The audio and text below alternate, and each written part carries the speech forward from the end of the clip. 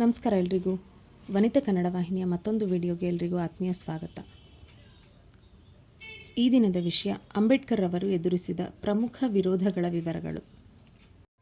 Doctor BR Ambedkar ಅವರ ಪೂರ್ಣ ಹೆಸರು ಭೀಮರಾವ್ ರಾಮ್ಜಿ ಅಂಬೇಡ್ಕರ್. ಸಾಮಾಜಿಕ ಸಮಾನತೆ, ಅಸ್ಪೃಶ್ಯತಾ ನಿವಾರಣೆಗಾಗಿ ಹೋರಾಡಿದ ಮಹಾನ್ ಭಾರತೀಯ ನಾಯಕರಲ್ಲಿ ಇವರು ಒಬ್ಬರು. ಭಾರತದ ಸಂವಿಧಾನವನ್ನು ರಚಿಸಿದ ಇವರನ್ನು ಸಂವಿಧಾನ ಶಿಲ್ಪಿ ಎಂದು ಕರೆಯುತ್ತಾರೆ. ಡಾಕ್ಟರ್ BR ಅಂಬೇಡ್ಕರ್ ಅವರು 14 ಏಪ್ರಿಲ್ 1891 ಮಧ್ಯಪ್ರದೇಶದ ಮಾಹೋ ಎಂಬ ಮಿಲಿಟರಿ ಕ್ಯಾಂಪ್ನಲ್ಲಿ ಹುಟ್ಟಿದರು. ಅಂಬೇಡ್ಕರ್ ಅವರು ಮೂಲತಃ ಮಹಾರಾಷ್ಟ್ರದ ರತ್ನಗಿರಿ ಜಿಲ್ಲೆಯ ಖೇಡಾ ತಾಲೂಕಿನ ಅಂಬೇವಾಡ ಗ್ರಾಮದವರು. ಇವರು ಮಹಾರಾ ಜಾತಿಯಲ್ಲಿ ಹುಟ್ಟಿದರು. ಡಾಕ್ಟರ್ BR ಅಂಬೇಡ್ಕರ್ ಅವರು ಸಮಾಜದ ಕೆಳವರ್ಗಗಳ ಹಕ್ಕುಗಳಿಗಾಗಿ ಹೋರಾಡಿದರು.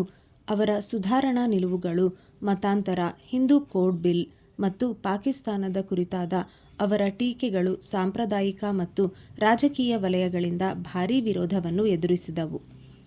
ದಲಿತರು ಮತ್ತು ಮಹಿಳೆಯರ ಪರವಾದ ಅವರ ಹೋರಾಟಗಳು ಅಂದಿನ ಸಮಾಜದಲ್ಲಿನ ಮೇಲ್ವರ್ಗದ ಆಕ್ರೋಶಕ್ಕೆ ಕಾರಣವಾಗಿದ್ದವು.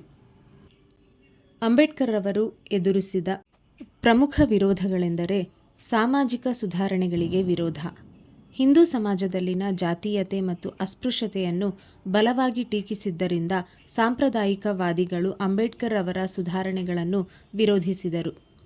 ಹಿಂದೂ ಕೋಡ್ ಬಿಲ್ ವಿವಾದ, ಮಹಿಳೆಯರಿಗೆ ಆಸ್ತಿ ಹಕ್ಕು ಮತ್ತು ಸಮಾನತೆ ಕಲ್ಪಿಸುವ ಹಿಂದೂ ಕೋಡ್ ಬಿಲ್ ಅನ್ನು ಅಂಬೇಡ್ಕರ್ ಅವರು ಮಂಡಿಸಿದಾಗ ಸಂಪ್ರದಾಯವಾದಿ ನಾಯಕರು ಮತ್ತು ಕೆಲವು ಹಿಂದೂ ಗುಂಪುಗಳು ಅದನ್ನು ತೀವ್ರವಾಗಿ ವಿರೋಧಿಸಿದವು. ಈ ವಿಚಾರದಲ್ಲಿ ಅವರಿಗೆ ಸರಿಯಾದ ಬೆಂಬಲ ಸಿಗಲಿಲ್ಲ. ಧರ್ಮ ಮತಾಂತರದ ನಿರ್ಧಾರ, ಹಿಂದೂ ಧರ್ಮದಲ್ಲಿದ್ದ ಅಸಮಾನತೆ ಕಂಡು ಬೇಸತ್ತ ಅಂಬೇಡ್ಕರ್ ಅವರು ದಲಿತರು ಮತಾಂತರವಾಗಬೇಕೆಂದು ಕರೆ ನೀಡಿದರು. ಇದು ಅಂದಿನ ಸಮಾಜದಲ್ಲಿ ದೊಡ್ಡ ವಿವಾದ ಸೃಷ್ಟಿಸಿತು. ನಂತರ ಅವರು ಬೌದ್ಧ ಧರ್ಮವನ್ನು ಸ್ವೀಕರಿಸಿದರು. ರಾಜಕೀಯ ಮತ್ತು ಪಾಕಿಸ್ತಾನದ ಕುರಿತ ಟೀಕೆ, ಥಾಟ್ಸ್ ಆನ್ ಪಾಕಿಸ್ತಾನ್ ಕೃತಿಯಲ್ಲಿ ಮುಸ್ಲಿಂ ಲೀಗ್ನ ಪ್ರತ್ಯೇಕ ದೇಶದ ಬೇಡಿಕೆಯನ್ನು ವಿಶ್ಲೇಷಿಸಿ ಭಾರತದ ವಿಭಜನೆಯನ್ನು ಟೀಕಿಸಿದರು. ಅವರ ಈ ನಿಲುವುಗಳು ಕೆಲವು ರಾಜಕೀಯ ಪಕ್ಷಗಳ ಅಸಮಾಧಾನಕ್ಕೆ ಕಾರಣವಾಗಿದ್ದವು. ಚುನಾವಣಾ ಸೋಲು, ಅವರು 1952 ಮತ್ತು 1954 ಚುನಾವಣೆಯಲ್ಲಿ ಸೋಲನ್ನು ಎದುರಿಸಿದರು. ಇದು ಅವರ ರಾಜಕೀಯ ಹೋರಾಟಕ್ಕೆ ತಡೆ ನೀಡಿದಂತಾಗಿತ್ತು.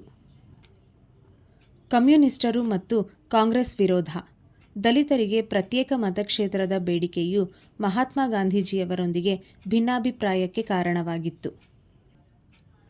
ಈ ತೀವ್ರ ವಿರೋಧಗಳ ನಡುವೆಯೂ ಅಂಬೇಡ್ಕರ್ ಅವರು ಸಂವಿಧಾನ ಶಿಲ್ಪಿಯಾಗಿ ಸಮಾನತೆ ಮತ್ತು ಸಾಮಾಜಿಕ ನ್ಯಾಯಕ್ಕಾಗಿ ತಮ್ಮ ಹೋರಾಟವನ್ನು ಮುಂದುವರೆಸಿದರು.